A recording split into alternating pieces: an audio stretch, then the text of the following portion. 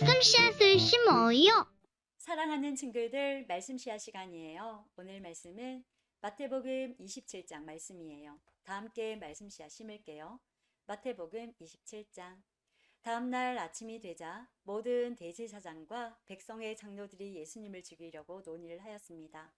그들은 예수님을 묶어 총독인 빌라도에게 데려가 그에게 넘겨주었습니다. 예수님을 배반한 유다는 예수님이 유죄 판결을 받은 것을 보고 양심의 가책을 느꼈습니다. 그래서 은 30개를 대제사장과 장로들에게 돌려주었습니다. 유다가 말했습니다. 내가 죄 없는 피를 팔아 넘기는 죄를 지었습니다. 그들이 대답하였습니다. 그게 우리와 무슨 상관이냐? 그것은 너의 문제다. 유다는 은화를 성전 안에 내던지고 나가서 목매어 자살했습니다. 대제사장들이 성전에서 그 돈을 거두고 말했습니다. 이 돈은 핏값이니 성전에 두는 것은 안 될 일이다. 그들은 서로 의논하여 그 돈으로 토기장이 밭을 사 나그네들의 묘지로 삼기로 결정했습니다. 그 밭은 지금까지 피밭이라고 불립니다. 그래서 예언자 예레미야가 말한 것이 이루어졌습니다. 그들이 은화 30개, 즉 이스라엘 사람들이 몸값이라고 정한 값을 받았다. 그리고 토기장이의 밭을 샀는데 밭값으로 그 돈을 주었다. 이것은 주께서 내게 지시하신 그대로이다. 예수님께서 총독 앞에 서셨습니다. 총독이 예수님께 물었습니다. 당신이 유대인의 왕이요? 예수님께서 내가 말하였다라고 대답하셨습니다. 대제사장들과 장로들이 예수님을 고발하였지만 예수님께서는 아무 대답도 하지 않으셨습니다. 그래서 빌라도가 예수님께 말했습니다.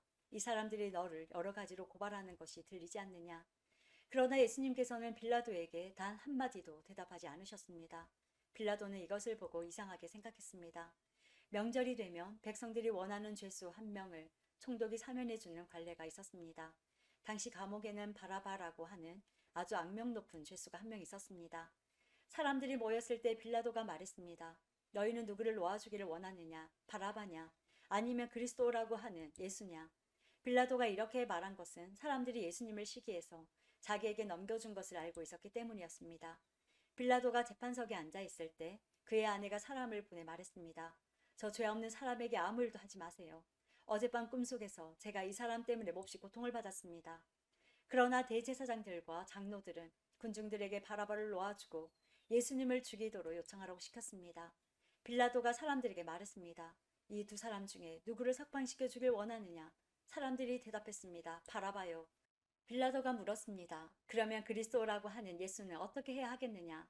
그들이 모두 대답했습니다. 그를 십자가에 매달아 죽이시오. 빌라도가 물었습니다. 그 이유가 무엇이냐? 그가 무슨 악한 일을 했느냐? 그러자 사람들은 더 크게 소리쳤습니다.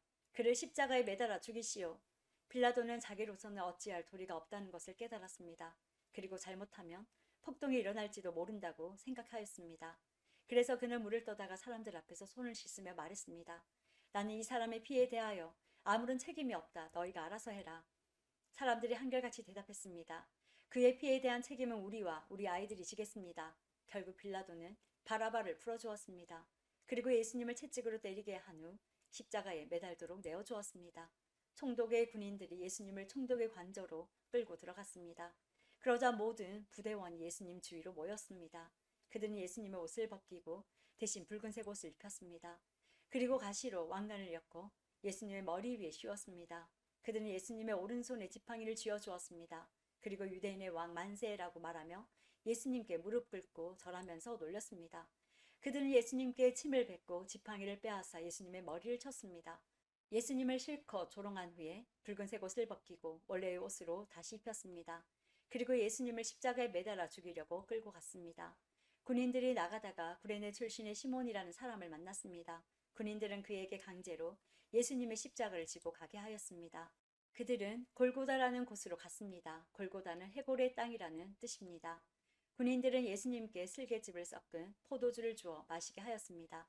그러나 예수님께서는 맛을 보시고는 마시려고 하지 않으셨습니다. 군인들이 예수님을 십자가에 못 박고 제비를 뽑아 예수님의 옷을 나누어 가졌습니다. 그리고 거기 앉아서 예수님을 계속 지켜보았습니다. 그들은 예수님의 머리 위에 이 사람은 유대인의 왕 예수다라고 쓴 죄패를 걸어 놓았습니다. 그때 두 강도가 예수님과 함께 십자가에 못 박혔습니다. 한 사람은 오른쪽에, 다른 한 사람은 왼쪽에 매달렸습니다. 지나가던 사람들이 고개를 저으면서 예수님께 욕을 하였습니다.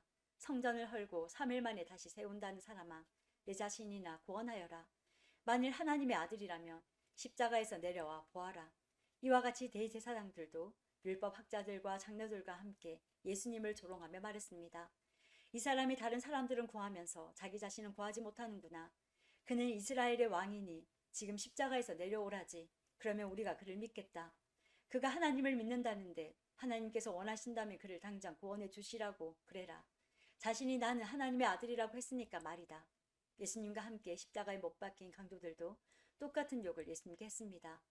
낮 12시부터 오후 3시까지 온 땅이 어둠에 덮였습니다. 오후 3시쯤에 예수님께서 엘리 엘리 라마 사박데니 하고 큰 소리로 외치셨습니다. 이 말은 나의 하나님 어찌하여 나를 버리셨습니까? 라는 뜻입니다. 거기 서 있던 사람들이 이 말을 듣고 말했습니다. 이 사람이 엘리야를 부른다. 그러자 얼른 한 사람이 뛰어가서 해면을 가져다 신 포도주를 적셨습니다. 그리고 예수님께서 마시도록 지팡이에 매달아 주었습니다. 나머지 사람들이 말했습니다. 가만 놔두어라. 엘리야가 그를 구원하러 오나 보자. 다시 예수님께서 큰 소리로 외치셨습니다. 그리고 숨을 거두셨습니다. 그때 성전 휘장이 위에서부터 아래까지 두 조각으로 갈라졌습니다. 땅이 흔들리고 바위들이 쪼개졌으며 무덤이 열리고 잠자던 많은 성도들의 몸이 다시 살아났습니다. 예수님께서 부활하신 후 그들은 무덤에서 나와 거룩한 성으로 들어가서 많은 사람들에게 나타나 보였습니다. 예수님을 지키던 백부장과 병사들이 지진과 일어난 모든 일들을 보고 매우 놀라면서 말했습니다. 이 사람은 정말로 하나님의 아들이었다. 많은 여자들이 멀리 떨어진 곳에서 이를 지켜보고 있었습니다. 이들은 갈릴리에서부터 예수님을 섬기려고 따라온 사람들이었습니다. 그 중에는 막달라 마리아와 야고보와 요셉의 어머니 마리아, 그리고 세베대의 아들들의 어머니가 있었습니다. 그날 저녁에 요셉이라는 아리마대 출신의 한 부자가 왔습니다. 그도 역시 예수님의 제자였습니다. 요셉은 빌라도에게 가서 예수님의 시신을 달라고 요청했습니다. 그러자 빌라도는 요셉에게 넘겨주라고 군인들에게 명령하였습니다. 요셉은 그 시체를 가져다가 깨끗한 천으로 둘렀습니다. 그리고 바위를 뚫어 만든 자신의 새 무덤에 예수님의 시신을 모셨습니다. 그는 큰 돌을 굴려 무덤의 입구를 막고 돌아갔습니다. 막달라 마리아와 다른 마리아가 무덤 맞은편에 앉아 있었습니다. 이튿날 곧 준비일이 지난 후에 대제사장들과 바리새파 사람들이 빌라도에게 왔습니다. 그들은 말했습니다. 각하, 그 거짓말쟁이가 살아있을 때 내가 3일 뒤에 살아날 것이다 라고 한 말이 기억납니다. 그러니 명령을 내리셔서 3일째 되는 날까지 그 무덤을 꼭 지키게 하십시오. 그의 제자들이 와서 시체를 훔쳐간 후 사람들에게 그가 다시 살아났다고 할 수도 있습니다. 그러면 이번 속임수는 처음 것보다 더 나쁜 결과를 가져올 것입니다. 빌라도가 말했습니다. 경비병들을 데리고 가서 당신들이 할 수 있는 대로 무덤을 지키시오. 그렇게 해서 그들은 무덤에 가서 돌을 봉인하고 경비병들을 시켜 입구를 지키게 하였습니다. 오늘도 말씀 씨앗 모두 잘 심었어요. 우리 내일 또 만나요.